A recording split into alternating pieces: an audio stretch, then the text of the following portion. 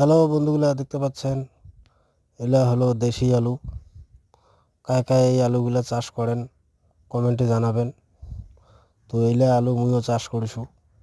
তো এইলা আলু খাইতে খুব টেস্ট এবং খুবই সুস্বাদু। আর এই আলুগুলা আমরা কই দেশি আলু। তো এখন তোমরা কায় কি নামে চিনেন এই আলুগুলা জানাবেন।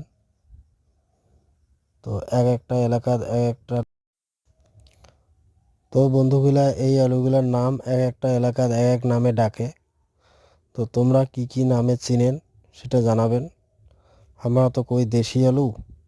এবার তোমার এলাকার এই আলুগুলা কি কয় সেটা জানাবেন।